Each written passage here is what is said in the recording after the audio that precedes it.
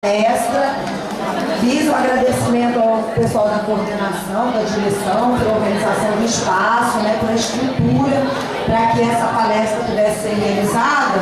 E não citei nominalmente o querido professor Guto, que está aqui dando toda a cobertura, principalmente aqui na área que ele domina, que é a tecnologia da informação, para que todo esse momento pudesse ser registrado, Como o professor Otto comentou, provavelmente, eu espero que não, mas se for a última palestra, que ele está generosamente, oportunizando a gente de acompanhar, que seja tudo muito documentado, registrado, para ficar nos anais, nos arquivos. Posteridade. Para a posteridade. Então, obrigada, professor Guto, pelo apoio. Como diz o professor Ricardo, ele é o cara. Eu não quero ser o cara, não.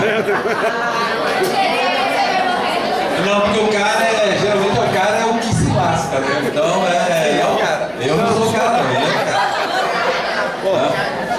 Bem, então é o seguinte, eu tirei o capacete, aqueles troços daqui. Isso aqui é uma réplica do capacete alemão mesmo, de verdade, de aço. Posso usar ele no combate. Então por isso eu tirei isso aqui. Deve pesar uns 2 quilos. É de aço puro esse troço, é igual de verdade. A única diferença de verdade é que esse aqui é novo e o outro é velho. Bem, a gente falou no ataque japonês de Pearl Harbor. Gente, pelo código de honra japonês, não se rende. Você imagina um fulano desse tamanho, de japonês normalmente é baixinho, Tem outras coisas pequenas também, mas é baixinho. Mas só que você imagina um carinha desse tamanho, com uma espada desse tamanho, indo pra cima de você, gritando igual um louco. Antes de você pensar, já escorre um líquido amarelo aqui entre as calças, Já se borrou todo. Mas o que acontece? Os japoneses precisavam de matéria-prima, precisavam urgentemente para fornecer para suas fábricas. E com isso, eles começam a atacar. E o avanço deles chega a tal ponto que eles quase conseguem invadir a Austrália. Aquele filme Austrália, ele pega justamente esse pedacinho da história, com os ataques dos japoneses, os japoneses tomando ilhas próximas da Austrália. Cidades chegaram a ser bombardeadas pelos japoneses, essa parte aqui em vermelho foi tudo conquista do território japonês na Segunda Guerra. Então, o avanço deles foi grande. Por que hoje não tem filmagens do ataque a Pearl Harbor? São poucas. Porque a frota japonesa, quando ataca Pearl Harbor, logo em seguida ela vira e vai para Midway, e vai fazer o ataque a Midway. E lá eles tomam um ataque. Tem um filme chamado Midway que fala da batalha. Os japoneses, os 4 principais porta-aviões japoneses, parece que eles perdem os 3. E com isso se perdem os filmes que estavam nesses navios. Eles começam a perder grandes pilotos que já tinham experiência de combate na China. E aí, nós vamos dar uma parada no Japão e vamos voltar lá para a Europa, porque agora começa a parte. Você deu um sorrisinho quando você falou da matança. Essa parte melhor, Essa parte que eu não gosto, não. Com toda honestidade para vocês, existem dias em que eu não gostaria de saber o que eu sei. Vocês não fazem ideia do que é o ser humano. O ser humano é o único animal que mata por prazer. E que mata por prazer, tendo prazer nisso e maneiras de matar as piores possíveis. Então, eu já vi filmagens reais de ataques, de assassinatos, de coisas em conflitos armados. E na Segunda Guerra a coisa também não podia deixar de ser. Então, o que você está mexendo na minha mesa aí? Deixa ela quieta, ela está torta porque eu botei pausa. Larga dessa. Gente, quando os alemães invadem a Polônia, logo em seguida, lembra que eu falei que o povo alemão não gostou da Noite dos Cristais, em que eles atacaram as sinagogas, as casas dos judeus e tal? Aquilo pegou muito mal para Hitler. Então ele teve que mudar a estratégia dele. E aí ele começa a organizar e dar ordens, que são organizados grupos para exterminar os judeus quando os alemães avançavam. Então o exército alemão vinha avançando. Vamos separar o exército alemão das SS. As SS eram as tropas de elite alemãs, eram tropas de assalto, e elas eram separadas do exército alemão, tá? Eram unidades controladas quase que diretamente pelo alto comando alemão. O exército alemão era separado. E havia uma conivência do exército alemão. Não foi comum o exército alemão participar dos massacres, mas eles viam e não faziam nada, o que torna eles tão culpados quanto. Mas os principais extermínios foram causados pelas SS e pela Gestapo. A Gestapo era mais a polícia política, tá? Porque fazia as barbaridades eram a SS. E nesse início de batalhas foram criados os Einsatzgruppen.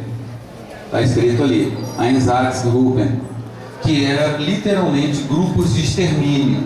Então eles entravam numa aldeia, reuniam todos os homens, mulheres, crianças judias, e os homens e crianças a partir de uma certa idade já eram fuzilados, exterminados. Eles cavavam um buraco, bala na cabeça e joga ali o corpo. E jogava cal virgem em cima. Então, existem inúmeros casos. Eu tenho um livro que se chama Os Mestres da Morte. Eu tenho esse livro desde quando eu trabalhei aqui. Ou seja, tem mais de 8 anos que eu tenho esse livro. Eu nunca consegui ler ele todo. Eu consigo ler assim, um capítulo, dou uma parada, um bom tempo, aí vou e leio um pedaço, porque o livro é muito sinistro. Ele conta sem rodeios como é que a coisa era feita em detalhes. Por exemplo, no livro tem uma foto de um cara segurando um pedaço de pau. Aquilo era um cabo de enxada. Ao redor dele tem uma dúzia de judeus caídos no chão. Ele matou os caras na base da paulada com cabo de enxada. E ele lá, é sorridente. Ele era, como diz, o assassino de tal cidade. O cara não era fácil. Então, como é que era o feito? Capturava as pessoas. Pode ver que são civis. Não são militares. Eram civis. Eles entravam na população civil, separavam os judeus e ali eles eram exterminados. Homens e crianças a partir de uma certa idade eram para fuzilamento. Às vezes as mulheres eram mandadas para os campos de concentração. Os soldados alemães eram terminantemente proibidos de ter qualquer tipo de relação com nenhuma mulher judia. Se um soldado alemão beijasse na boca uma mulher judia, ele podia ser fuzilado. No filme A Lista de Schindler, uma menininha dá uma comemoração lá, dá um buquê de flores e um beijinho no rosto dele. Ele teve que se explicar para o alto comando por que ele deu um beijinho na criança e ele deu um beijinho dele. Ele entrou em contato físico com uma judia, não importa que era uma criança. Então, outra coisa que o povo fala, na maioria das guerras, todas as guerras, quem mais morre não é soldado ou não, tá? É a população civil. Os civis, não tem nada a ver com a história, são os que mais morrem. Aqui, extermínio de civis. Essa foto aqui é muito famosa do fuzilamento desse cara. Na frente não dá para ver a foto, mas na frente aqui dele tem uma vala enorme, cheia de corpos. E o cara está ajoelhado na beira da vala, parece que tomar um tiro na cabeça, tá? Essa foto, na verdade, é um pedaço de um filme. Tem a cena completa. O cara ajoelhado, pô na cabeça, o cara cai para frente, e aí o outro próximo, e aí começa os fuzilamentos. Só que esses massacres se tornaram tão intensos, tão constantes. Parece que na Lituânia 100% dos judeus foram executados. Na Estônia, quase 90%. Teve país que todo mundo, todos os judeus foram exterminados. por causa desses grupos de assassinato. Só que tem um detalhe, né? Como é que é? Isso aqui também é uma cena muito famosa de um filme. É raro achar esse filme. Então você acha essa foto. É uma mãe abraçando o neném, o soldado alemão atirando na cabeça dela, o pessoal aqui ainda tentando se proteger, dá para ver a ponta dos fuzis, tá? A filmagem, eu vi a original, ela cai no chão, o soldado alemão dá a volta pela frente, pega o fuzil e atira na criança. Tá? Então esse aqui é um pedaço de um filme. Esse aqui é o Otto Ollendorf, era um dos comandantes ele era economista e foi comandante de uma unidade de homicídios, de assassinatos, com as áreas públicas. Aquela cena, eu falei, olha os corpos aqui na frente. Isso aqui, acho que é Vinícius, Vinícius, não dá para ler direito por causa da imagem, mas é uma cidade que em abril de 1942, 1.000 crianças foram mortas nesse local. Então, ele está entre as casas, tem um menhir pequeno aqui, um pequeno marco, ali de baixo tem 1.000 crianças enterradas. Existe hoje, acho que ele já deve ter falecido, um padre na Rússia, que a vida dele é dedicada a ir de cidade em cidade, tentando localizar as covas.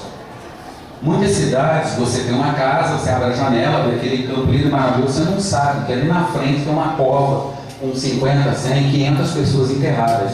Então esse padre, ele passou a boa parte da vida dele tentando localizar as covas, conversando com as pessoas, para que essa informação não se perca no tempo, para localizar os campos de extermínio. Tá? E aí, aqui um dos meus, esse é um pedaço do livro que eu falei. E como é que eram as execuções? Então, começava assim, no caso das mulheres. Isso são fotos que eu consegui na internet, mas são fotos do livro. As mulheres chegavam, eram separadas, né? Aí chegavam lá, a estrela de Davi. Elas eram obrigadas a tirar a roupa. Claro que aqui elas não tiraram a roupa toda. E há um frio danado, porque você pode ver que todo mundo está de casaco. E elas são obrigadas a tirar a roupa toda. Aí elas tiravam a roupa, eram agrupadas, soldados ali, e eram obrigadas a caminhar em direção a uma cova. No caso, elas vinham andando, a cova está ali, elas vinham andando de costas para os soldados que iriam atirar nelas, elas iriam cair dentro da vala. Muitas não morriam na hora, eram enterradas vivas. Eles pegavam essa cova, depois jogavam a cal virgem em cima e jogavam a terra tampando. Então era comum, muitas das covas, durante 2, 3 dias, as covas se mexiam, eram pessoas se movendo lá dentro, lá embaixo. Isso, no livro, eu li o caso de um menino de 6 anos, que o pai dele abraçou o menino na hora do fuzilamento e manda o menino, fica quieto, e cai junto com o garoto no buraco, jogam um cal virgem, tudo, tampam, o garoto, com 24 horas, ele saiu do buraco. E aí ele topa com um russo, que eles tinham invadido a União Soviética, né? Ele topa com o russo, esse russo não trata bem o menino, mas também não entrega ele para os alemães. Só dá um pouco de comida e bota ele para correr. E esse menino acaba sobrevivendo à Segunda Guerra Mundial. Então é um dos casos que tem. Mas vocês pensam que isso daí é muito? O pior eu ainda não falei. Aí, isso aqui é uma foto de um massacre numa ravina, uma área funda, em que todas as mulheres foram mortas, mas algumas estão vivas. Então você vê uma criança sentada, você vê uma mulher meio alta e o cara vem e vai atirando nas costas. Na sequência, em outras fotos, eles vão lá, pessoal, os soldados e tal, vão catar as roupas das mulheres, ver o que tem de joia, ver o que tem de dinheiro, ver o que tem de valores, e depois enterra elas ali, Do jeito que elas estão ali, eles jogam terra em cima. Tá? Eu não me lembro bem em que local é esse daí, tem no livro. Mas esse era o tipo do trabalho feito pelos grupos de extermínio. E aí, um dos líderes, chefões, era o tal do Reinhardt.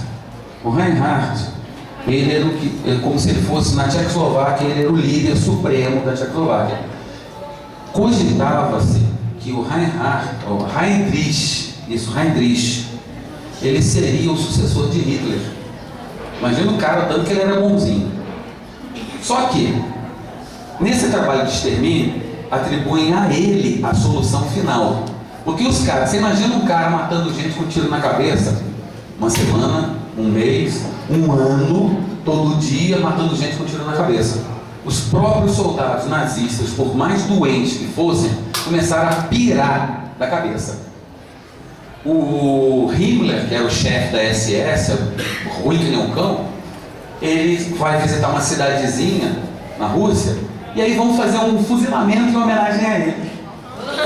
Aí junta uma galera assim, a foto é um grupo de pessoas parecendo com vocês, só que são velhos e adultos, todos homens. Vamos fazer um fuzilamento em homenagem ao cara. Aí pega, mata todo mundo. O Himmler tem um chilique. O cara tem uma crise de nervos com o que ele viu. Se o chefe da SS, que era um dos mais ruins que tinham, tem uma crise de nervos, você imagina um soldado todo santo dia matando gente com um tiro na cabeça, espalhando o miolo da pessoa, e a pessoa morrendo, e o grito, e o som, e o cheiro. Então os soldados alemães começaram a pirar.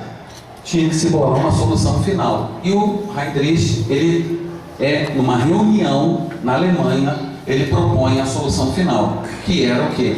Os campos de extermínio com as câmaras de gás. Porque a câmara de gás, você joga a pessoa lá para dentro, ela morre, você não vê nada. Então você não tem problema mental de ver a pessoa morrendo com um tiro seu. E aí, esse Heinrich, como era um cara muito bonzinho, o que é feito? Eles resolvem matar o Heinrich. E ele é morto numa cidade da antiga Tchecoslováquia. Ele é morto num atentado à bomba. Ele morre 4 dias depois de septicemia. A bomba faz com que pedaços do banco e do carro entrem nele, e ele morre de infecção generalizada 4 dias depois. E aí o Hitler fica pé da vida, revoltado, e resolve dar o troco. Vamos pegar uma cidade e dar exemplo. Lince.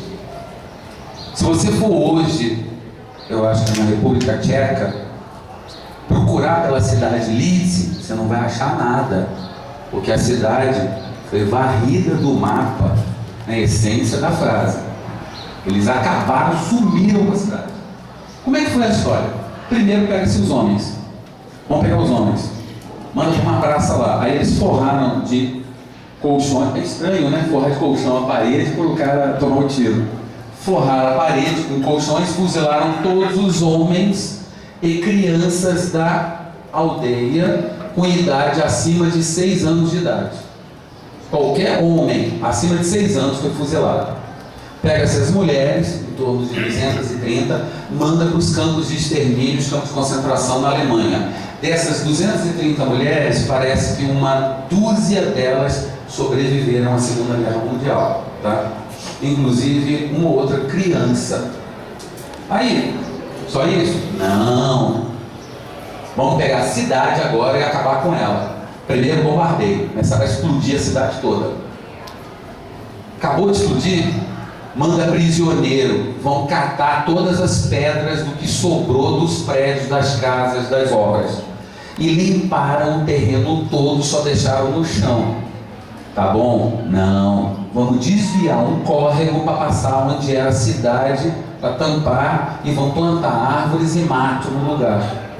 Então, se você for hoje, onde era Lince, a coisa de 100 metros de onde era a vila, a cidadezinha, tem um monumento em homenagem às crianças, que representa as crianças com a cara de sofrimento, né? Porque elas foram exterminadas.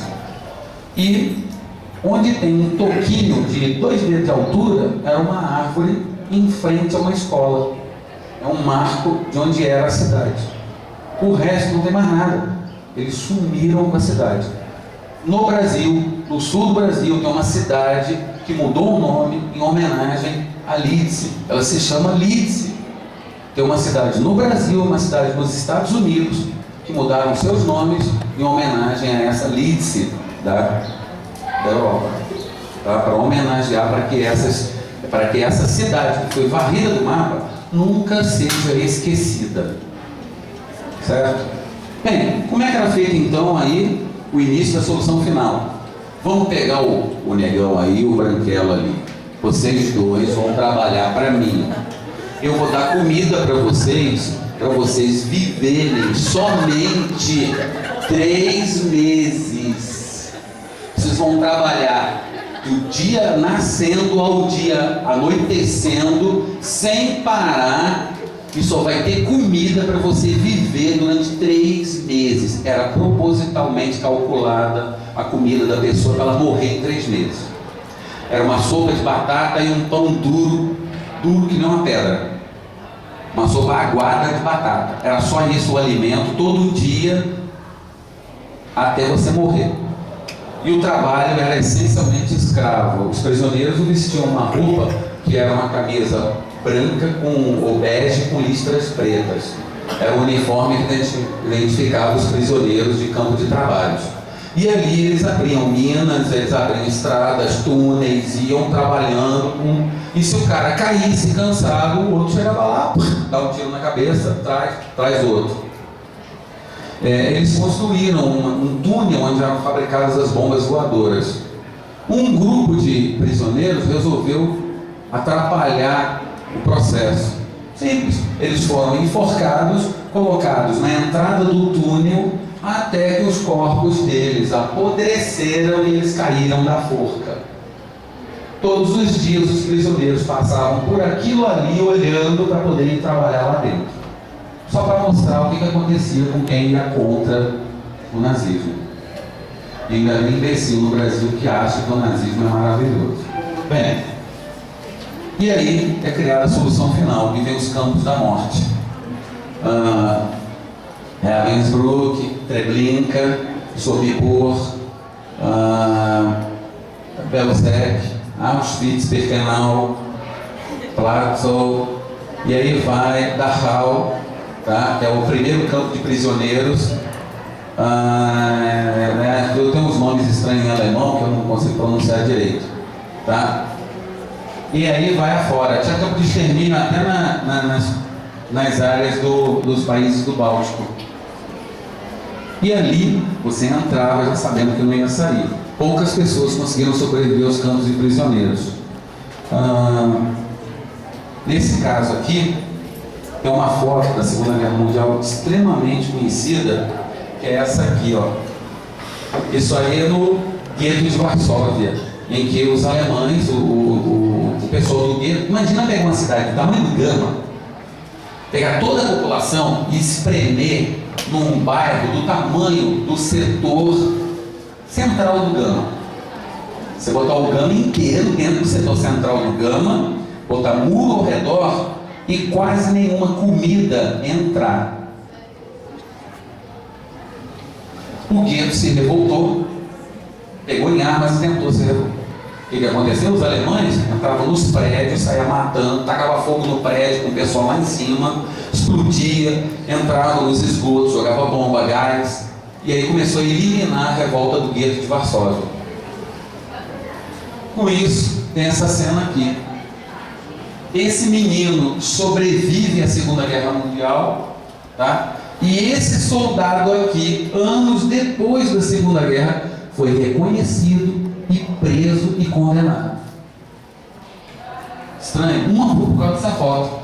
Por causa dessa fotografia aqui, o cara foi reconhecido depois da Segunda Guerra Mundial. E esse menino sobreviveu. Os outros eu não tenho notícia, mas esse que sobreviveu. Como é que as pessoas são transportadas para os campos de extermínio? Vagão de gado. Você pega um vagão de transportar gado e soca lá dentro 40, 60, 80 pessoas que nem tinham condições de sentar no chão, porque não dava. de tanta gente espremida lá dentro. Imagina 3, 4 dias, como é que você vai no banheiro? E não tem banho, não tem higiene nenhuma. 40, 60 pessoas dentro de um vagão fechado. O cheiro. Por isso que eu digo, a diferença que faz nas coisas é o cheiro. E aí, eles eram levados para os campos de extermínio. Como é que funcionava o campo? Gente, essencialmente era assim. Isso aqui é o campo de Auschwitz. O campo de Auschwitz tem boa parte dele preservada hoje. As cercas, tá? Isso é uma foto colorida da época, mas essa cerca aqui está preservada. Só que você vai lá, tem isso aqui tudo.